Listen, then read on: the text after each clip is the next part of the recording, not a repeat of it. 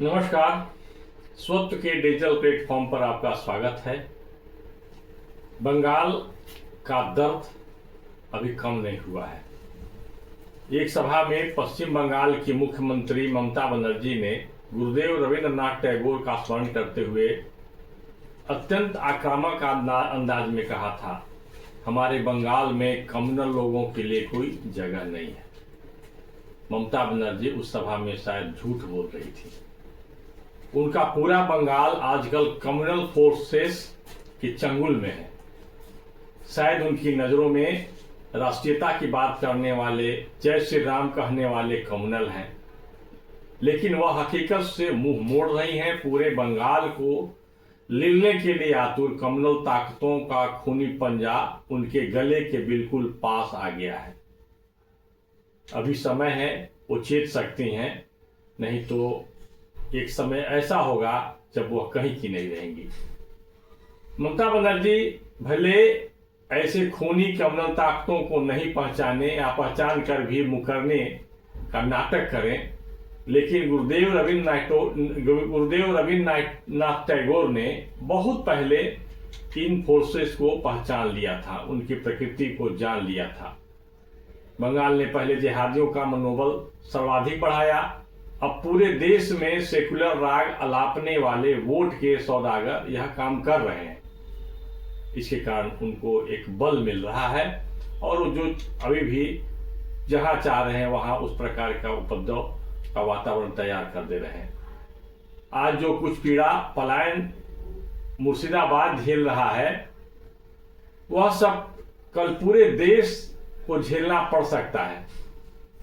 तथाकथित सेकुलर राजनीतिक दलों और बुद्धिजीवियों के रूखे रवैये और अदालतों की इस समस्या के प्रति बेरुखी के कारण आगे चलकर देश भर में कुछ भी हो सकता है, ऐसा वातावरण बन रहा है। इसमें खुल करके लोगों को बोलना पड़ेगा, बुद्धिजीवियों को, पत्रकारों को, और इसके प्रमाण हैं। प्रमाण के साथ ये सारी बातें सामने आ रही हैं।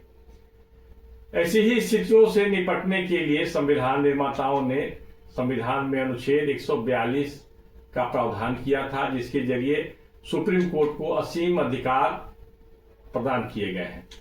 पर उसका इस्तेमाल अभी सुप्रीम कोर्ट राष्ट्रपति को निर्देश देने में कर रहा है।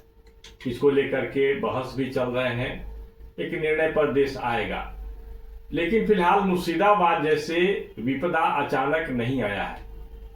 पहले कांग्रेस, बाद में वामपंथी ज्योति बसु और अब फायर ब्रांड ममता दीदी के झांसे में फंसे बंगाली भद्रजनों ने जिहादी मानसिकता के बारे में न तो अंबेडकर की बातों पर ध्यान दिया, न ही अपने कवि गुरु रविंद्रनाथ टैगोर की चेतावनी पर। नतीजतन घुसपैठ कराकर देश में जिहादियों की आबादी बेशुमार बढ़ा देने का काम दशकों से पश्चिम बंगाल से बड़े पैमाने पर हो रहा है। वहीं से प्रवेश करते हैं जिहादी और पूरे देश में फैलते हैं, और आधार तो पश्चिम बंगाल बन ही गया है। घुसपैठिए मुख्यतः पश्चिम बंगाल की सीमा से घुसकर पूरे देश में फैलते हैं। इस प्रकार की रिपोर्ट एक बार नहीं, दर्जनों बार, बल्कि कहें सैकड़ों बार दस्तावेज के रूप में केंद्र सरकार और राज्य सरकारों के पास आते रहे हैं। जहां 40 से 50% मुस्लिम आबादी हुई, वहां से गैर मुस्लिमों का पलायन शुरू हो जाता है, पलायन को मजबूर हो जाते हैं। इसका नमूना बिहार के भी कुछ जिले हैं, अररिया, किशनगंज आदि। इस कटु सत्य को अब प्रमाण की आवश्यकता नहीं है, यह प्रत्यक्ष प्रमाण है। लेकिन सेकुलर राजनीति करने वाले इस भयावह सत्य को स्वीकार नहीं करते, बल्कि अनर्गल बयान देते हैं। मुसलमानों के वोट के लिए यह तुष्टीकरण की नीति है जो भारत की आत्मा को लहूलुहान कर रही है।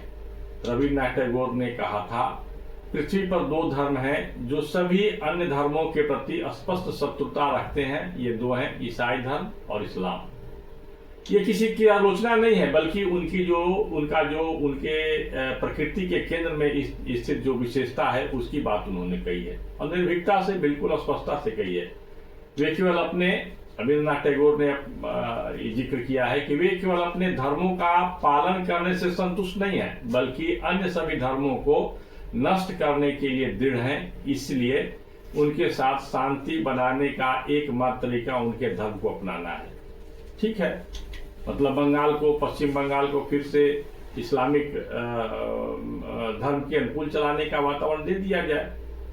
विश्व भारती से 1982 में प्रकाशित रविन्द्रनाथ टैगोर की मूल रचनाओं के खंड 24 की पृष्ठ संख्या 375 इसका प्रमाण, उसमें बिल्कुल स्पष्ट उन्होंने लिखा है।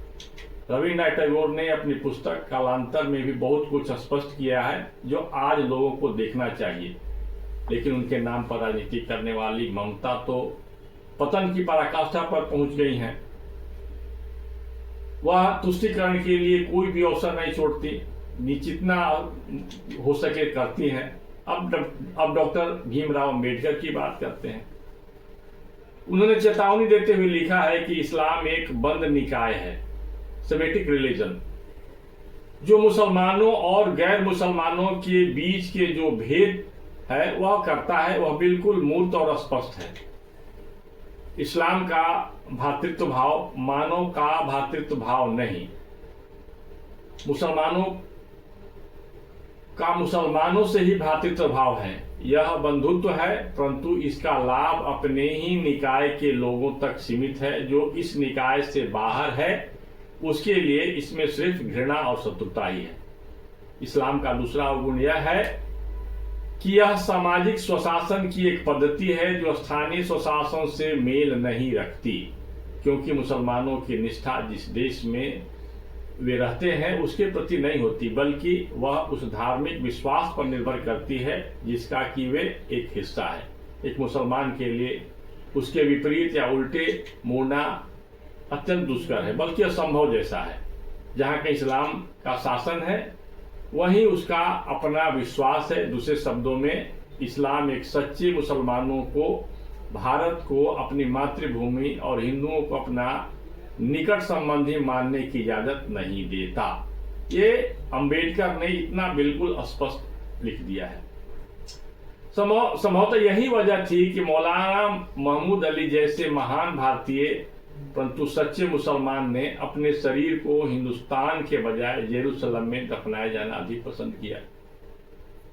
डॉक्टर भीमराव अंबेडकर द्वारा लिखित पुस्तक पाकिस्तान और भारत का विभाजन और उसकी पृष्ठ संख्या 367 इसका प्रमाण है।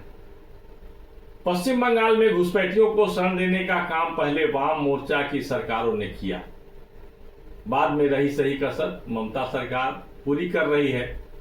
ज्योति बसु ने तो पश्चिम बंगाल को बांग्लादेशी घुसपैठियों का स्वर्ग बना दिया था। हाँ, स्वर्ग बना दिया था। उनके काल में वहां की डेमोग्राफी खतरनाक ढंग से बदली। उनके बाद के मुख्यमंत्री बुद्धदेव भट्टाचार्य ने खुलेआम स्वीकार किया था कि पश्चिम बंगाल के कम से कम 7 जिले ऐसे हैं जहां भारत के संविधान के अनुसार शासन चलाना अत्यंत मुश्किल हो गया है। बांग्लादेश में अत्याचार के कारण मरीच झांपी एक जगह है, वहां बड़ी संख्या में हिंदू जो बांग्लादेशी हिंदू थे आकर के शरणार्थी के रूप में बस गए थे। उन शरणार्थियों को हटाने के लिए 1979 में ज्योति बसु की सरकार ने कड़ी कार्रवाई की और यहां तक कि उनकी पुलिस ने उन पर गोलियों की बौछार कर दी थी। ये कटु सत्य है जिसे स्मरण करना होगा।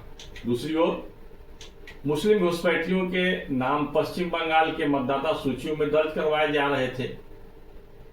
इस समस्या को खुद जो ममता बनर्जी अभी आज के मुख्यमंत्री हैं ने लोकसभा में 205 में उठाया था। अब तो ममता खुद उस वोट बैंक की लाभुक हो गई हैं। अब पश्चिम बंगाल के हिंदू के सामने जीने मरने का सवाल खड़ा हो गया है। यह भारत और भारत में रहने वालों के लिए दुर्भाग्य की बात है। मन में राम बगल में छूटी, ऐसा भी कहते हैं, गांव में कहावत है, मुंह में राम बगल में छुरी। ठीक उसी प्रकार की कहावत चरितार्थ बांग्लादेश से लेकर के भारत में जो सेकुलर राजनीति करने वाले हैं उन्होंने किया है। अब प्रतिबंधित जिहादी संगठन पीएफआई की बात करते हैं।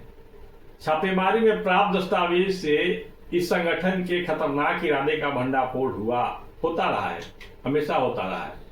इस संगठन ने लक्ष्य रखा है कि हम हथियारों के बल पर सन 2047 तक भारत को इस्लामिक देश बना देंगे। जी हाँ, मोदी जी कह रहे हैं नरेंद्र मोदी की सरकार कह रही है कि हमारा लक्ष्य है कि 2047 तक भारत एक विकसित राष्ट्र बन जाएगा।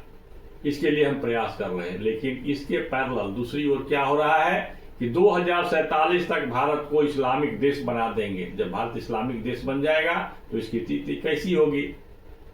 पाकिस्तान जैसी होगी, अफगानिस्तान जैसी होगी, इराक जैसी होगी, जहां लोग खाने के लिए, आटे के लिए तरसते हैं। अब लगता है कि पीएफआई जल्दीबाजी में है। मुर्शिदाबाद में भी पीएफआई की मौजूदगी की खबरें मिल रही हैं। केंद्रीय खुफिया एजेंसियों ने जो केंद्र सरकार को सूचनाएं दी हैं, उसके आधार पर यदि सोचा जाए तो वहां की स्थिति अत्यंत गड़बड़ है और इसे एक छोटी मोटी घटना के रूप में नहीं देखा जा सकता। और भारत के बुद्धिजीवी इसको लेकर के चिंतित हैं, पत्रकार भी चिंतित हैं और इस पर खुल करके सामने साक्ष्य के साथ बातों को रखना चाहिए। ये डराने वाली बात नहीं बल्कि सावधान करने वाली बात है, ताकि भारत के समक्ष जो आने वाला खतरा है समय से पहले इसका निदान, इस समस्या का समाधान हो सके। आज की वीडियो में बस इतना ही, फिर मिलेंगे। नमस्कार।